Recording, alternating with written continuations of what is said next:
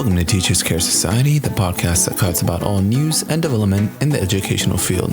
Today I'll be joined by Vanessa Acuna, a teacher from Anaheim, California, and today we'll be discussing California Superintendent model plans for opening up the schools as well as social injustice in the classroom.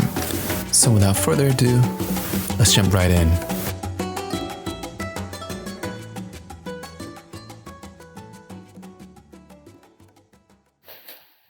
Let's jump right in with our first guest, Vanessa Acuna. A little bit about Vanessa. She has a bachelor's in liberal studies. She has a dual credential with multiple subject and SPED Mod Severe. She has a BELA in Spanish with a supplementary in social science, and she has been in the classroom for 4 years. So Vanessa, why did you choose teaching? Well, as you mentioned, I've been in a classroom for 4 years. The reason I actually chose education, I think it started when I was a little girl. I used to play teacher with my dolls, and I always enjoyed it. When I hit sixth grade, my sixth grade teacher told me, "Oh, you can become a teacher by going to college," and that's what started to get me into thinking about teaching. I had a really great experience with my teachers. Starting in the sixth grade, she really introduced me to just love for reading. She showed me how teaching is a passion. And then I entered junior high and high school, and I had great teachers that taught me a lot about music, teachers in Spanish that just taught me literature. And I really just fell in love with my culture. My English teachers showed me more about reading. And I got the opportunity to actually be a teacher assistant for a special education class. And that is when I got into the field of special education. After high school, I began to volunteer in my parish as a catechist. I taught second and fifth grade, and I actually set up the first special education class in the parish in coordination with the director of faith formation. And I also applied for a job at a junior high, and I work as an avid tutor as well for 4 years as well. And I just work when I did tutorial groups with the students. I helped them with presentations that then they went to present at the Nixon Library and competed against other junior high and high schools. And lastly, my experience in the classroom as a student teacher, I was a student teacher in a dual immersion classroom in first grade and in a special education classroom for K through second. Wow, sounds like you're ready to retire then. No, I have so much to learn still. I'm just getting started and I'm so excited. So if I had a DeLorean time machine and you got in the car with me, what place or time caused you to want to be a teacher? I gotta say it started in sixth grade. I actually immigrated here from Mexico. I was an English language learner for probably 2-3 years. And I remember always being sent to two lower grades below what I was in. So I was a third grader. I was sent to first grade, and then fourth, I was sent to second grade, fifth to third grade. It wasn't until I was in sixth grade that my teacher, instead of sending me below to another grade level to learn English, she provided me the proper differentiation, which is what I know it is now, and the proper support for me to learn English. And that's when I actually tested out of being an English language learner, became a standard English learner. And that's when I began to enjoy school. And I felt that I wasn't alone anymore. And I didn't feel like the weird girl, as some people used to call me, because I didn't speak English. Such a great story. I'm sure your parents are really proud of you, and I'm proud of you too. Fun fact, Vanessa and I were in the same credential program, and she is one of the best teachers. Now, California State Superintendent Tony Thurmond released the model guidelines for the 4 potential models of schools reopening again. The first one is the 2-day rotation blended learning model. And this would be split up with lower grades and upper grades. So for example, K through third could attend school Monday, Wednesday, and 4 through 6 could attend Tuesday, Thursday. And everyone does distance learning on Friday. Yes, so that is the first option. The second option, the California Superintendent release, was an A-B week blended learning model. And what this means is that half of the students across all grade levels will attend school Monday to Thursday on 1 week. And then the other half will attend the following week, and so forth on. So, for example, we can have K through second attend 1 week, and then third through sixth will attend the following week. And as the model, as a 2-day rotation blended learning model, Fridays will continue to be distance learning for all students.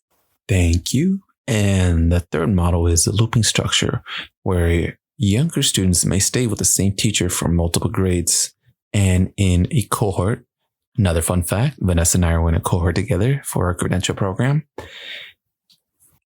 You really do build great relationships being in a cohort class or group. That's from my experience. I mean, Oliver and I are still great friends here. So the fourth guideline that we have, or that the superintendent suggested, is an early, late staggered schedule. So this means is that different grades will start at different times, and it'll be like an AM, PM rotation. And that will be to avoid having too many people in the same place at once. So you can have kinder start maybe early, go from 8 to 12, and then you'll have K through second. I mean, K through second will start like 8 through 12, and then third through sixth will start like 12 to 3 or something like that. And it'll just depend on what the schools choose if they decide to do staggered schedule times. Now that we went over all four models, let's look at the pros and cons of each one. Starting with the first one, the 2-day rotation blended learning model. Now, if I compare this one to the AB week blended learning model, two main differences. First main difference is that the 2-day rotation blended learning model, you see the same students every week.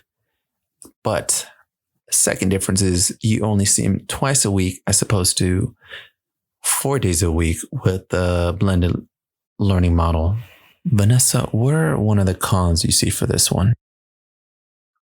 One of the cons that we can discuss about the 2-day rotation blended learning model is that as students begin to get more comfortable with each other, social distance can lessen.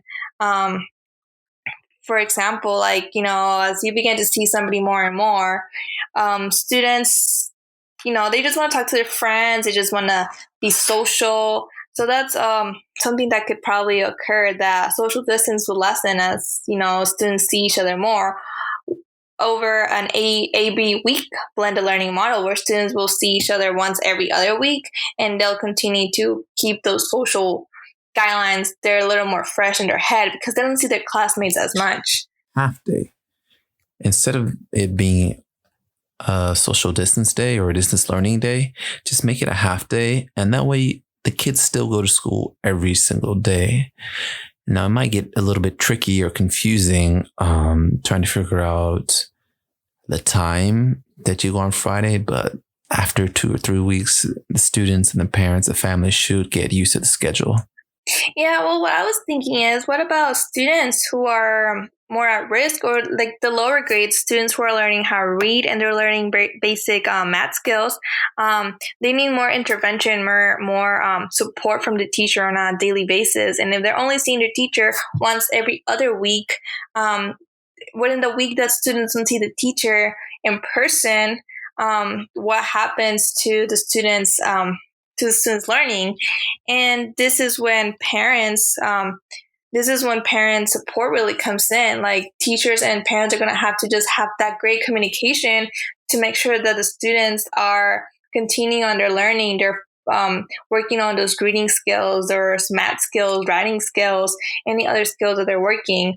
So this is, I think the parent communication and support in student education is going to have to increase.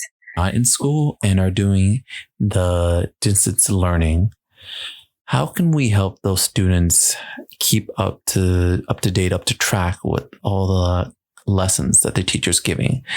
How do we make sure they retain that information? I wouldn't say maybe forget, but they wouldn't get as much practice as they need.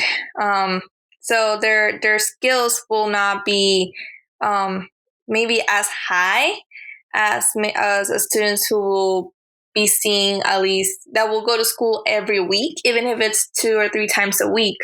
In an AB model too, the week the students are not going to school is going to be all remote learning, and that's when teachers are going to have to be even more creative about how to provide all the content, all the instruction that will usually be done in the classroom. And that's something that still, as teachers, we are still trying to figure out how to do remote learning. It's still a new concept to many of us. My district chose to go with this model, the AB week learning model. I would plan as much hands-on activity as I could for the days that the students are in class. Now, I know the stuff will be repeated. So, for example, if I teach the rock cycle on week 1, I have to teach the rock cycle again on week 2 for the students that had week 1 off. So essentially, I'm going to be teaching the same thing twice. And then Friday, for me, I would make it an assessment day with the distance learning or math, the manipulatives, using Relia, as much hands-on, because the next week, the students are going to be online. Yes, that's true. That's a great way to look at the AB week learning blended model, which I really like that you mentioned that. Now, what happens with the families that cannot get a whole week off consistently? First week of September, they might be able to get that off. And then they jump over to the third week because the second week the students are in school, but then jump to the third week. Parents cannot get that week off, and then again and again and again. What happens then? Is this a situation where some child care services come in play? Perhaps the Boys and Girls Club or the YMCA? Yes, we did. We did talk about that. How some parents depend on school, so that their children are, in a way, they're like also being taken care of while the parents are out at work. And we talked about how can Boys and Girls Club provide more services to the students, like having half days where students can go and be in the playground while maybe some of their siblings too are in school. Because what if we have siblings that are 3rd through 6th, and then they have a sibling who is in like a K through 2nd, they're going to be going to school in a different day as well, or different. And that actually applies to the first and second model. What are parents going to do if their children are in different grades? And we talked about Boys and Girls Club, YMCA, different school programs, and how our school is going to implement these, as well as the role that maybe substitute teachers are going to play in education now. These childcare provider services is if I had a child that was in 1st grade or a child in any lower grade, and then I had a child in an upper grade, like 5th grade, attending the same school. And if I cannot get those weeks off, because I don't want to have to choose between my child or between my children. I don't have to choose between taking X week off to take care of my younger child or X week to take care of my older child.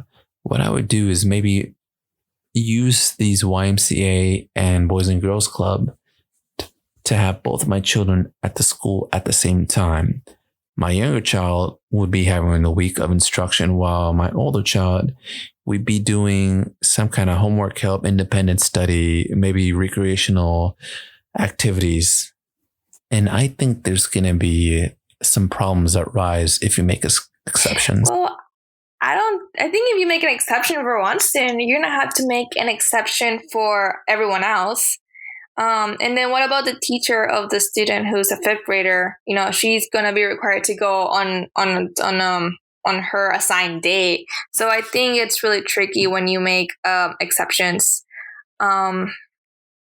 I'm just trying to think of an alternative for this. Can you think of any right now? Yes, I have a solution, and it only works if school has the resources for it.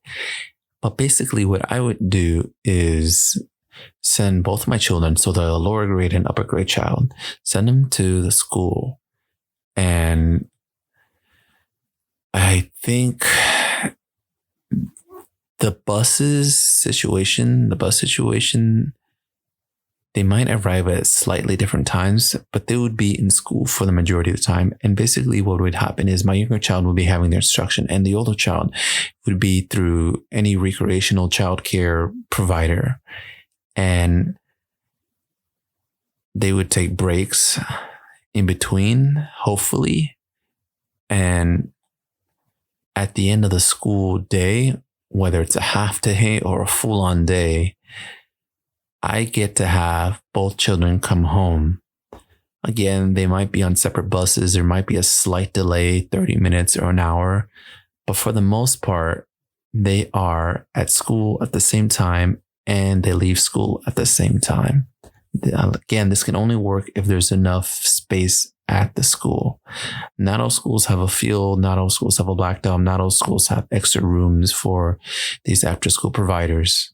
That's true. And then we also talked about how sometimes parents might want to maybe, take advantage of the services, and send the students to to a YMCA program or Boys and Girls Club, so that the students are able to maybe get out of the house for a little bit.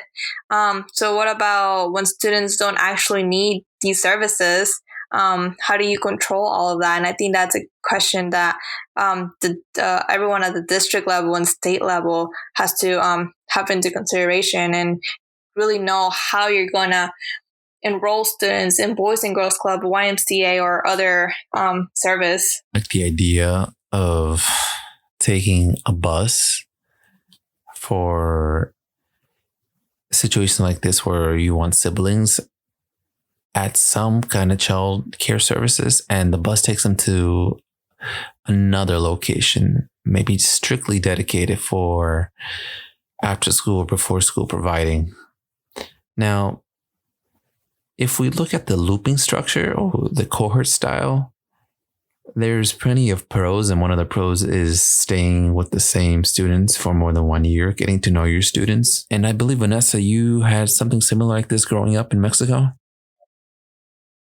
Yes, actually, in Mexico, they followed this format.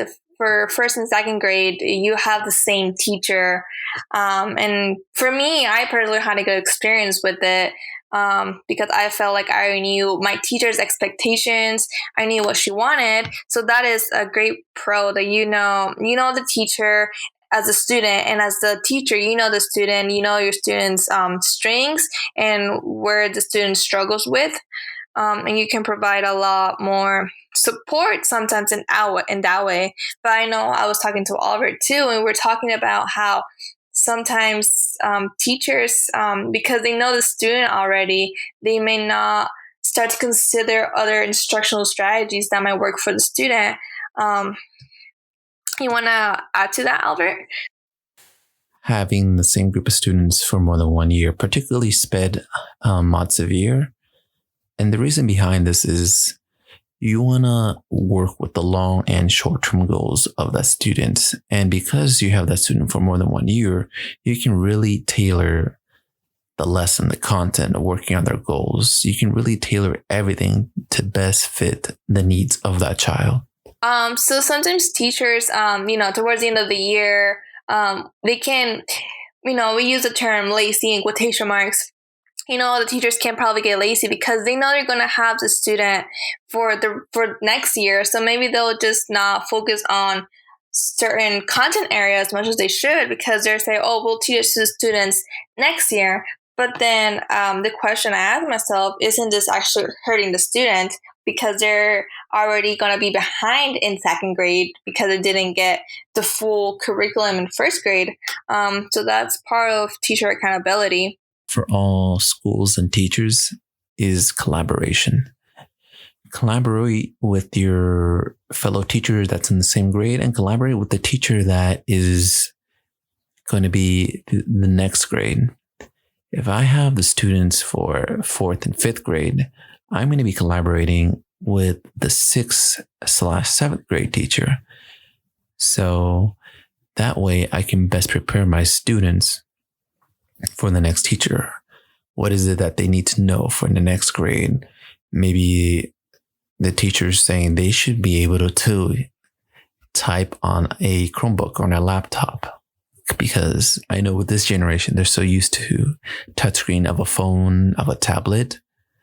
But surprisingly, there are students that do not know how to type. And this is a big factor to take in consideration. Collaboration, collaboration, and collaboration. And I actually gonna go back to the point you made about SPED. How in special education, teachers do constant progress monitoring.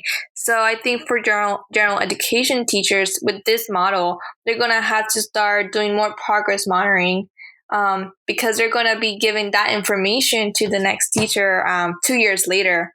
So I think it's going to be a little slight change maybe for the way general education teachers assess students. That might be, in a way, look more like the way you assess students in special education. Sure. With this model, if you've seen the students half day and there is no distance learning on Friday,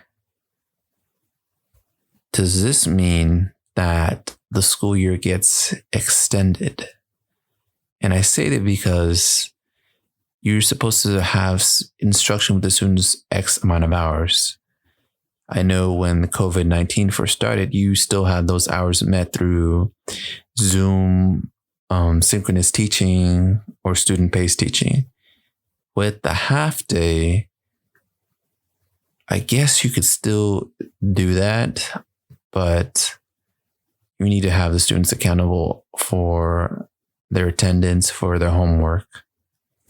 What is a good method, or the best strategy that a teacher can use to make the most use of their time? A PM teacher, do they arrive early, an hour early, to get ready for their lesson? Most teachers arrive early at school so they can prep, so they can get settled down. The AM teacher should have no problem in doing that. But what about the PM teacher? Is that a concern where they can only have X amount of people in the school facility? How early does that PM teacher get? And then same thing with AM teacher. Does the AM teacher leave as soon as it's time for the PM, or do they still stay after and work on some things? Well, I think you'll be legally obligated to be there. You know, it's part of the contract. You have to have certain hours.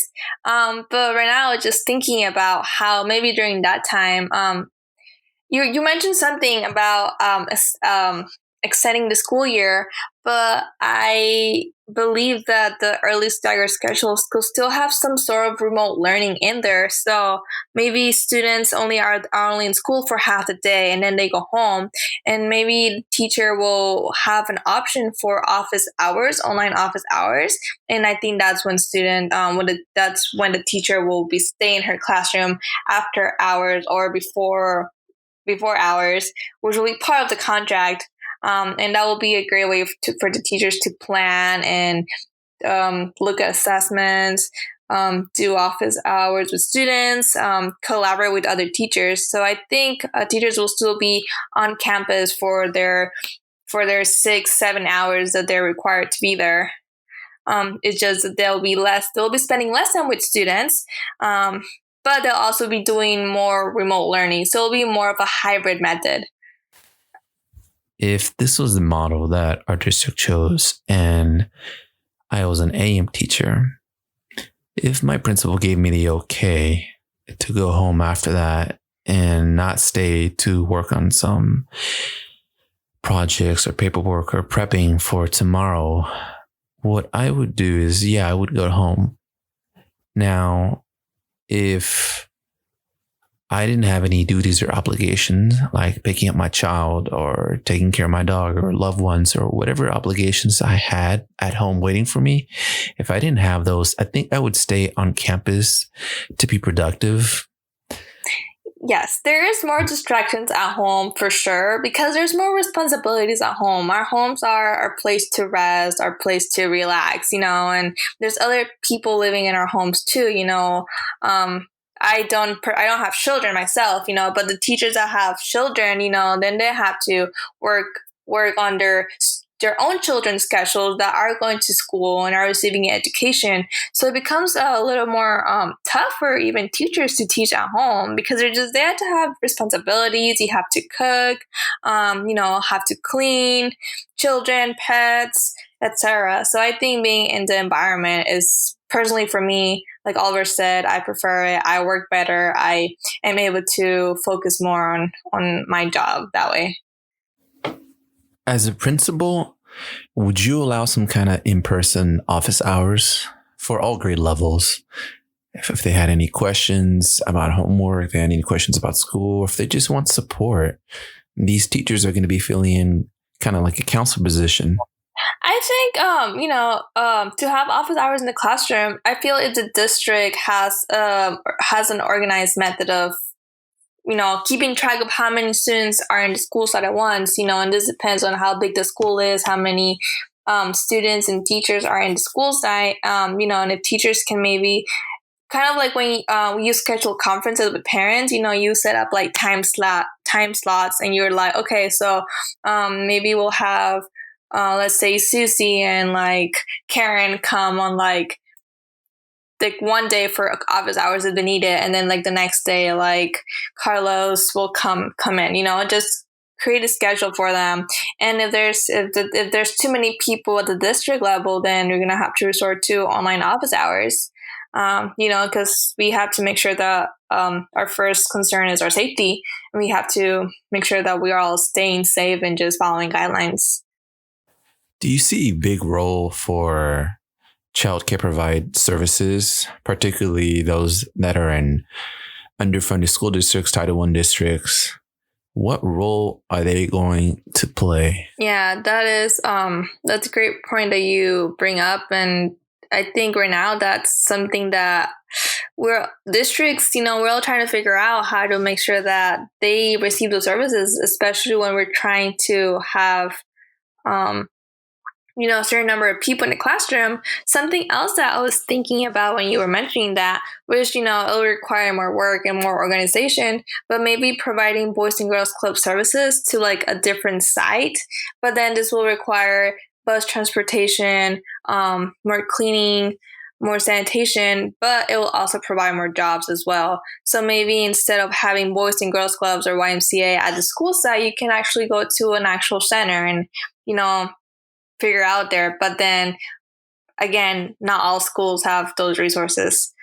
But it's something else to consider. With that being said, I think that it's going to be unfortunate that there's some things that are going to be left out. And one of those things is the visual and performing arts.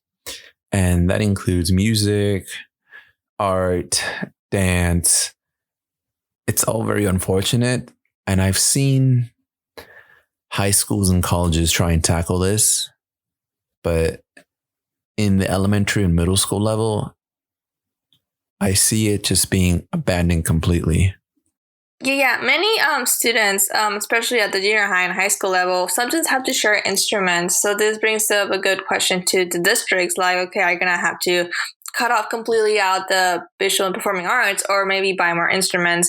But instruments are expensive and not all districts can afford it. What about PE?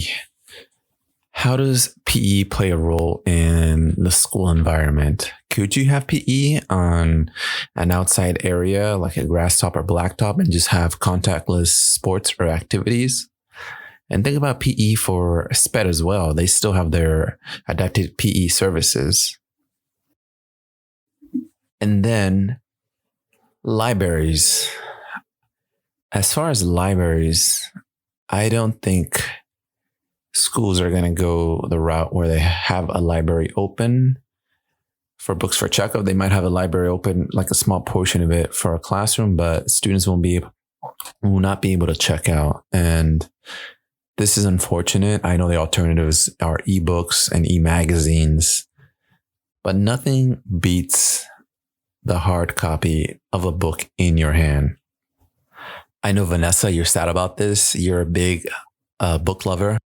Oh, yes. As I mentioned at the beginning of the podcast, I love books. I love to read. I cannot have enough books in my own library. My dream is to just have a room full of books, like, Beauty and the Beast, like the big library. That's my dream.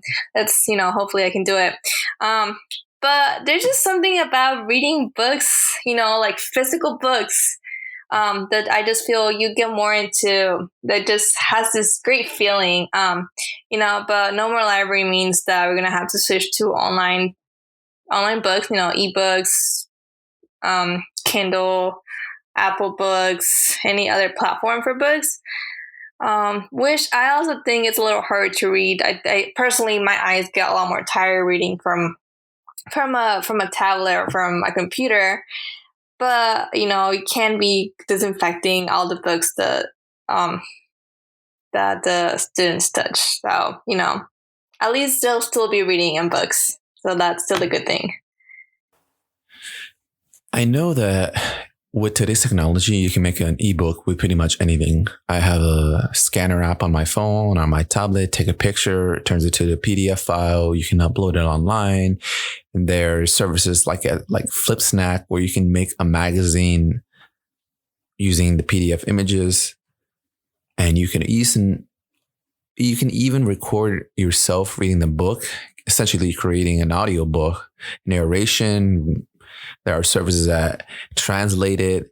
There are many things you can do with ebooks. And it's not the end of the world. But like I said earlier, I still prefer the hard copy. There are some students that really benefit from that. Another thing that's going to be missing are clubs. And this is very important in high school. For myself, when I was in high school, I was in several clubs, the Best Buddy clubs. And this was used for, besides building great relationships, this was also used for admission into colleges. They want those extracurricular activities, those volunteer hours. And I see an option where you can have these clubs online. There are plenty of colleges and universities that are still having their club meetings. And the way it was done in high school or in middle school, there would be a teacher present, kind of like a moderator, because these meetings would be in the classrooms of the teachers. If this is done online, is this something else the teacher has to be attending, or are these just completely student-run clubs and activities? Is there still some kind of oversight by the teachers? And is that more hours that they need to put in? Yeah, it takes more time. Going back to sports and clubs together, I feel those are, I'll go back to your point about teacher monitoring. But sports and clubs just bring this culture, like this social, it's so social for students and so important for them to be with other students, learn how to compete just, do friendly competitions. It's a good, and clubs bring fundraisers to schools, teach the students about how to be responsible, how to lead in society, and it's just so important. It's so sad that sports and clubs might take a step back for a while. But going back to the clubs, about teachers having to be online more than they already are.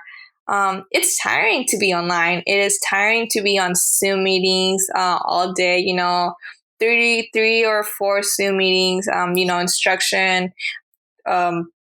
meetings with staff, and then on top of that, club meetings. And I think also for students, it is very tiring to be on Zoom for long periods of times. I know for many students, like 30 minutes is already a long time to be on Zoom for instruction.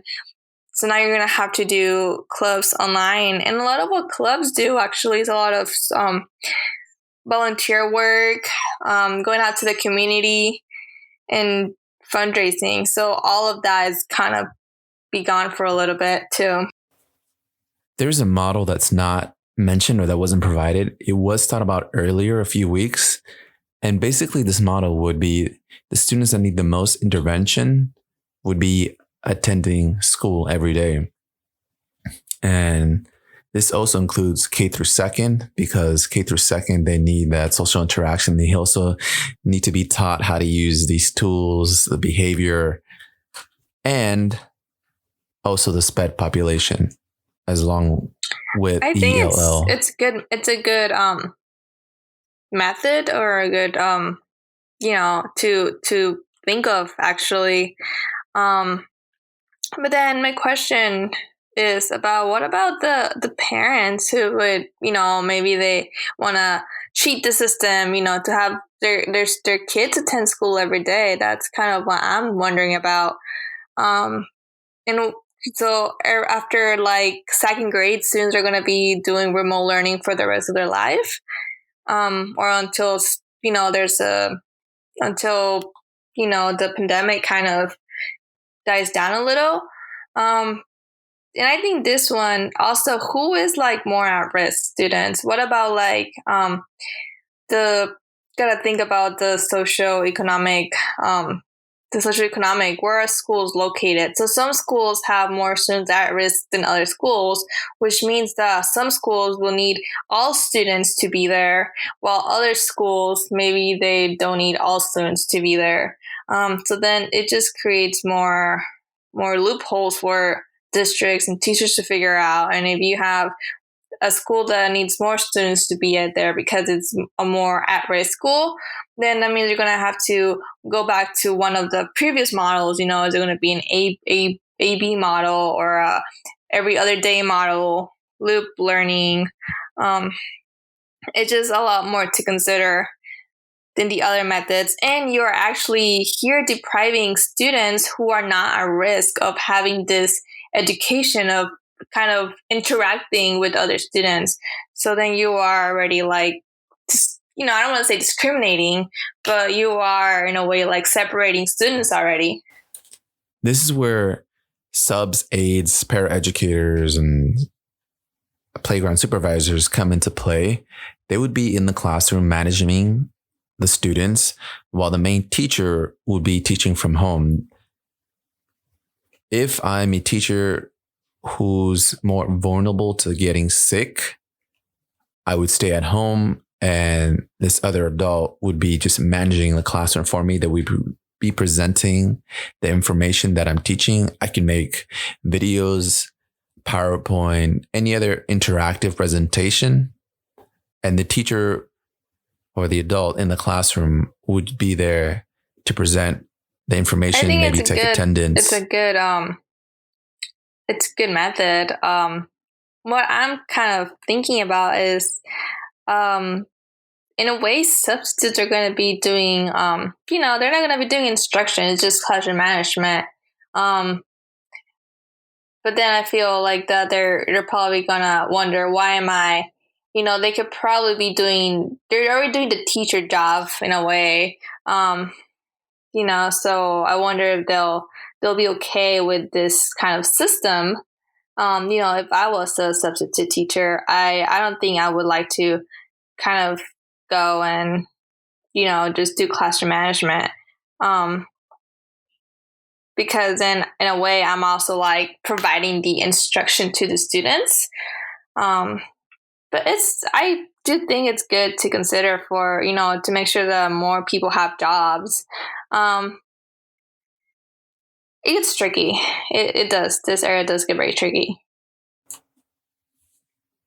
I'm sure you've heard about teachers getting excess this school year because COVID-19, less enrollment, less teachers that are needed. And hopefully this changes for the better, because if teachers are getting excess, what does that say about substitute teachers? And how is a substitute teacher going to work for this virtual or distance learning? Well, you can kind of have like a substitute teacher on standby. But another aspect that I want to talk about is food. Students will be encouraged to bring their own food from home. And if students are getting food from the school, the cafeteria, that food is still going to be eaten in the classroom. No more food at the benches, the cafeteria. It's all going to be done in the classroom. And as far as distributing that, I don't know if the cafeteria workers are going to be distributing that, or maybe an aide or another adult. I'm not sure how that goes about. And, at least they're still having lunch with their peers, with their classmates, and they'll still be able to have the social interaction even at 6 feet, which is it's part of having lunch. You just want to have a good time, talk to your peers, your friends. And, food in the classroom, sometimes it happens. I feel like rainy day schedules, there's a little more food in the classroom. So it'll just be like rainy day schedule, but, forever. Yes, it would be like rainy day schedule every day where they stay inside the classroom for recess and lunch. And that is tough. That is really tough. No, yeah. So I was just thinking, what about the playground? Are students going to be allowed to go on the swings, play on the slides, run around, play tag? Of course, this takes out like basketball and soccer during lunch and recess too. But so what are students going to do in their recess and lunch break? Are they just going to kind of play on their own or at social distance kind of way? And the students can't even share any equipment. You can't play handball. You can't pass a ball around because you're already going to be touching the ball. So I feel like they're going to have to be this new way of playing, maybe you can play board games and like each person has their own set of cards or pieces of the game and, just never touch. And this kind of goes with how are you going to incorporate that, like running around, that exercise at lunch and recess, unless, new games are created, have the social distance. When it comes to the playground, I'm thinking contactless sports, unless you want to disinfect everything the kids touch, the pole, the slides. But with contactless sports, that can only happen for so long before the kids get bored. Yes. While at the same time, I think they would be grateful that they're getting any kind of contactless sport. Yeah, because they just want to touch, they just want to touch and hug their friends. And, as humans, we like physical touch, we like to feel loved. I don't want to get off topic, but I have seen overseas in Europe where they play sports, particularly soccer, like the Bundesliga. And when they score, the celebration, instead of the usual hugging or a high five, it's elbow taps or foot taps. Could you see something like that in the classroom where a teacher wants to praise a student? And how about an elbow tap? How about a foot tap? I like that, actually. I was actually at an event for a protest for my parish in regards to social justice. And it was a lot of like elbow greetings and elbow goodbyes. And I like that. You're being safe about things. An elbow is not an area that you touch a lot with your own hands, or you can touch to your face. It's kind of hard to touch your elbow to your face anyways. So I like that. And I feel that that'll engage students to be more, willing to come to school and actually enjoy it. What about IEPs? I think all IEPs are still going to have to be done online. And you cannot discriminate an IEP case where there's only, say, 5 individuals over an IEP case that's a high caseload that has 20 individuals, whether that's a social worker, psychologist, counselor, parents, foster, etc. Has maybe a case where it's only a few amount of people involved. I think all of them have to be online in order for it to be fair. Once you start making exceptions for like one group, you kind of start making exceptions for other groups. So it's better to just, have the guidelines that IEPs are going to all be online. Just how IEPs are now, the students have to have their IEP yearly. You don't make an exception for that. They have a triennial every 3 years. those are just guidelines that you have to follow. And there's, not really like exceptions, because once you start making exceptions, you kind of have to start making them for everybody else. And that defeats the purpose of having guidelines and expectations and rules. Buses. How are buses going to work? The way I view buses are similar to the trams at theme parks like Universal Studios and Disneyland. Buses will be able to control how many students are coming on the school site. They also control the time. If they're too early, I'm assuming they have the bus stay at a block away or loop around to come back. But buses are going to play a huge role in any model.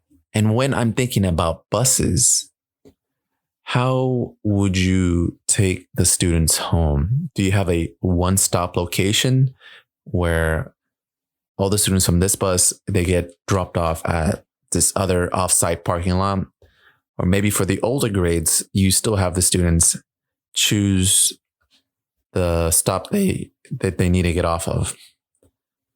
I'm not sure how to approach this because, yeah, I see maybe more responsibility with the older students knowing, I get off at this street, or I get off at this street, or is the bus driver in charge of that? Maybe you want to eliminate all this hassle and just have a one-stop drop off and pick up. I think a one-stop picking location, even for the older grades, is better. Just because, bus drivers are gonna. I feel like there might be more students using the bus now. Maybe one stop makes sure that students are in the same area, at once. They kind of see the same people at once, and they're not going to different areas, which, again, we're trying to make sure that we stay safe and healthy. So if you have multiple locations, that kind of puts more people at risk than just having like one designated area that maybe gets constantly cleaned and having to go clean multiple areas. We need to make sure that bus drivers are doing their part. I've heard sad cases of neglect with bus drivers leaving students on board, and that's very sad. We're going to give an even bigger role to the bus drivers for this, and I'm assuming they're going to be doing contactless thermometers to scan the students. And when it comes to sitting in the bus, are you for assigned seating where the bus driver chooses the seat for the students? I think assigned seats, it's better. It's faster, it's easier management, and students, they're going to the same seat every single time. It stops for, maybe one student wanted to sit here one time, and then the next day, like he or she wants to sit in a different seat, and then there's some argument. So I think it just will make everything go a lot smoother with assigned seats. You and I both know that aides already do a lot. They play a huge role in the special education classroom. That bond that they form with the students, they teach them those social skills, behavior, emotional. They play a huge role. What role do you see them playing in any of these models? Aides, in SPED, if you're not familiar with SPED, aides do a lot of, they work a lot one-on-one with students, especially students at the mod severe level, students that need to go to the restroom. They need more help with maybe cleaning themselves, as well as when in their classroom, when they're eating, they can get messy. Some students need help with feeding themselves, especially at the younger grade levels. So aides are gonna have to either be like, each student is gonna have to be assigned like a one-on-one, which, then leads into how many aides are gonna be in a classroom at once, which means that you're gonna have more than 10 people in the classroom. Or how do you go around that aides have that social distance with students, make sure that they're staying, as sanitary as possible? Do they have to change their gloves every time they work with a different student? Or they're only going to work with one student? Or are you going to maybe divide up SPED into like half? So on like certain days, even if they're in the same grade level, SPED's going to have to be divided. And like an aide and different aides come for different students as well. You're going to have more aides in the classroom. That's a lot of questions to consider that I think still have no answer yet. What about attendance? How do schools take attendance with these models? Do you count attendance for them being present and the classroom, but not attendance for the week that they're in distance learning, whether it's a week or the day that they're in distance learning? How do you approach attendance like this? Because schools depend on attendance for money. There's gonna have to be a revision too, because right now the way it works is, the number of students that attend class, the school. That's how funding works. So I think there's gonna have to be a revision as to now you make it like that students attend school on the days they're going to be going to school, as well as students attending the remote learning, Zoom meetings. Did the student attend a Zoom meeting? Depending on how many meetings you had, did student complete the assignments turn in through remote learning? It's going to have to be a revision. Like, students are not going to be required to be present in the classroom anymore to receive funding. If as long as they're maybe on a computer doing work, I think that's being present in their learning now.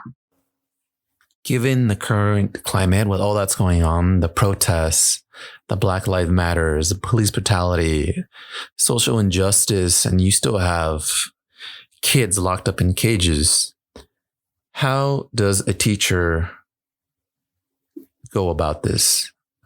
Teachers are ultimately responsible for what they teach the students, not the textbooks.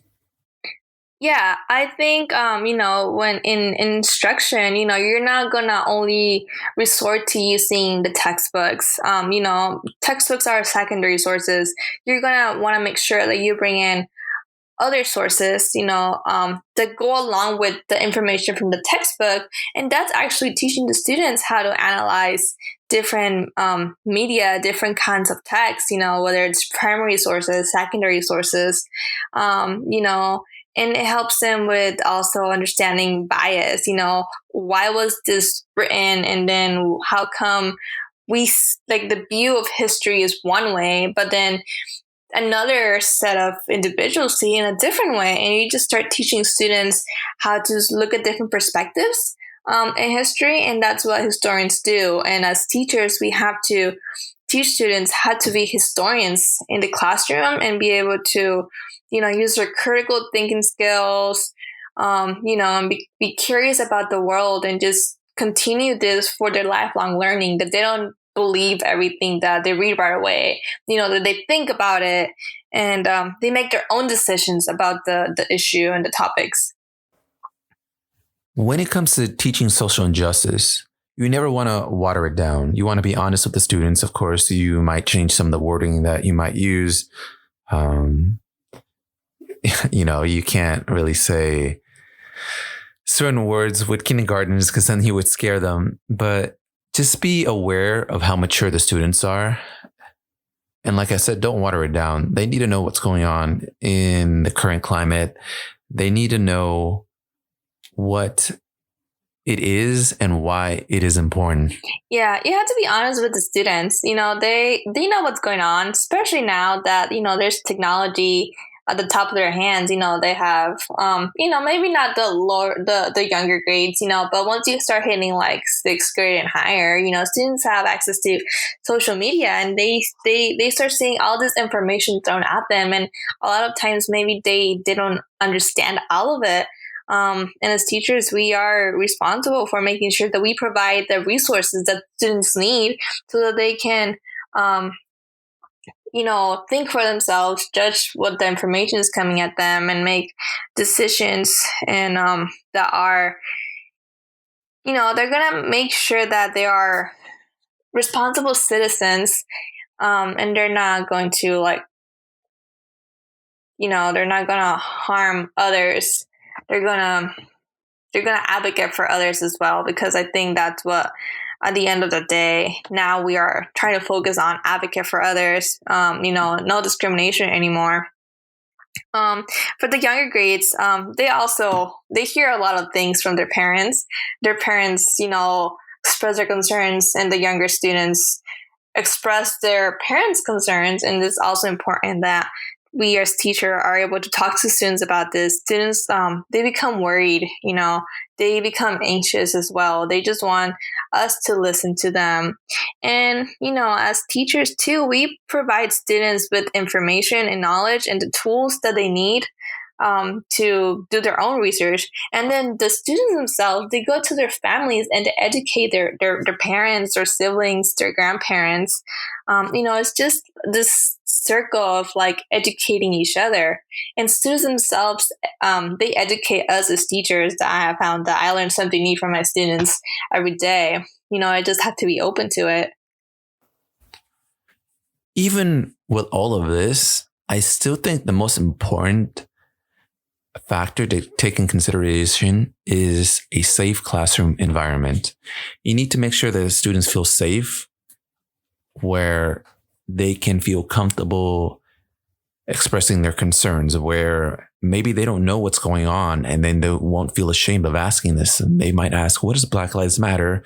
Why are students locked up in cages? Why is, building a wall? Why is there arguing over impeachment?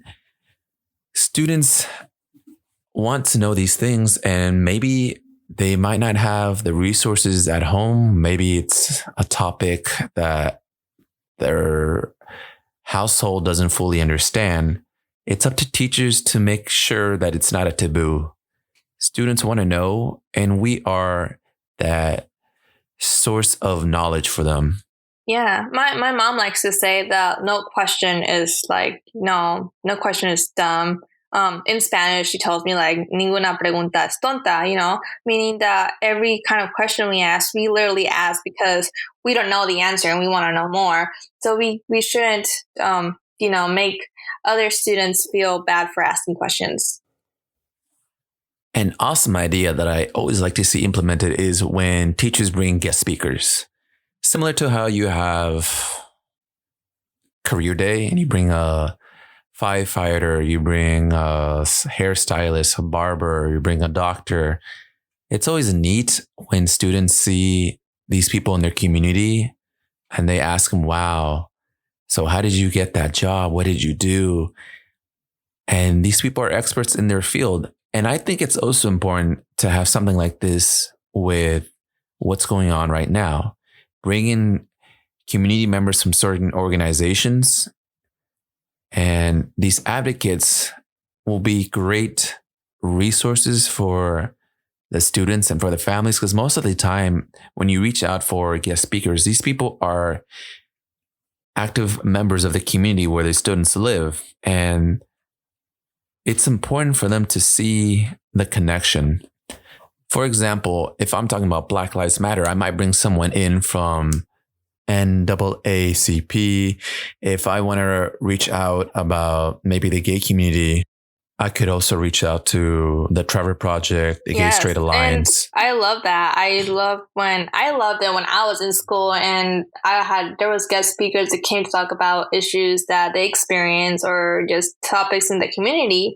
And I think now with so much technology too, we can become creative, and just, TED Talks. I think there's a lot of, when I was working at the junior high school level, I know teachers that use TED Talks to present a lot of topics to students, and there's people from all backgrounds in TED Talks, and you can just provide that information to students as well. And, if you don't have access to like an African American in your area or an Indian American or Asian American or an immigrant, you can always just go to a TED Talk or some well-trusted area website that you can just grab information from and provide to students, and have a discussion about it, be open about it, ask them questions, ask them what they think, and just educate each other together.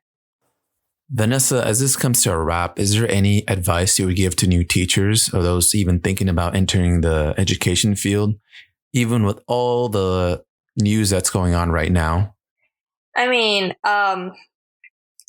if somebody would have told me, when I started, I think the advice I would give teachers or incoming teachers is enjoy the process, enjoy being a student teacher.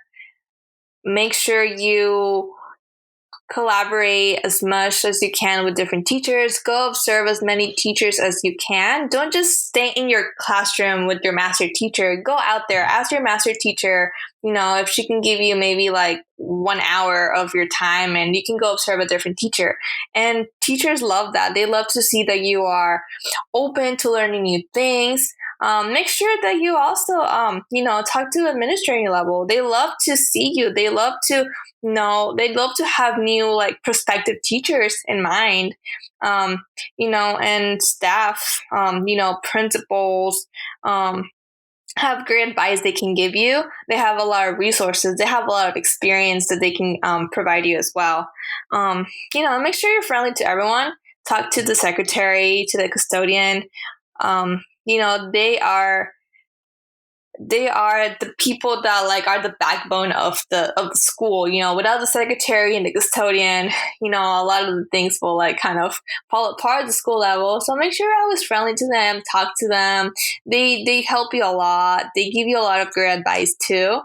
So just make sure you're always willing to collaborate with others, are communicative, are friendly, and are always willing to learn new things. I think you would also mention that always give it your best. Always teach like you're getting watched by the principal or the superintendent, because then you say that the principal often visited your classroom while you were student teaching. Yes, you never know when someone's gonna come in. I actually had the school where they're having like a parent tour actually, and I was student teaching. I remember it was high frequency words. And, I just had like 10 parents come into the classroom, all with clipboards.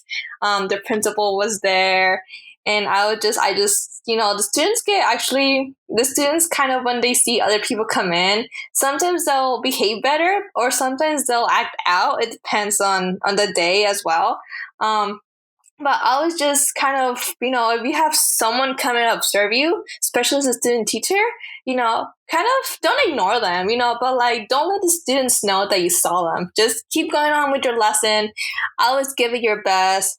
Come in every single day, prepare and tell yourself, today I'm going to do a great job, because every day you are interviewing. And even as a teacher, I think every day you are just, you're not interviewing for a job anymore, but you are teaching your students, and students see that in you. They can tell when you're not feeling your best. They see your enthusiasm and they thrive off that. So always come to the classroom giving your best. Leave all your personal problems at home. If you didn't sleep well that night, it's okay. Don't let your students know that. When you get home later that day, just take a nap.